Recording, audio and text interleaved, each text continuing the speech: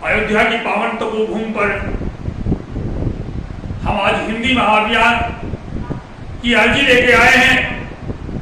भगवान श्री राम से प्रार्थना करते हैं कि मातृभाषा हिंदी को राष्ट्रभाषा का स्थान दिलाए जाने के लिए चलाया गया हिंदी महाअभियान एक देशव्यापी परोपकारी कार्य है। यह कार्य आपकी कृपा के बिना पूरा नहीं हो सकता है। मैं आज राम जन्मभूमि अयोध्या में हनुमानगढ़ी के परिधि में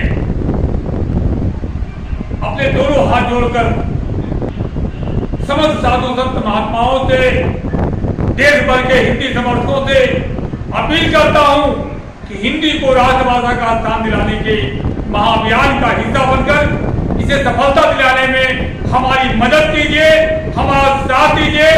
जय भारत माता की। आपका ललित कांत पांडे, राष्ट्रीय अध्यक्ष हिंदी महाअभियान।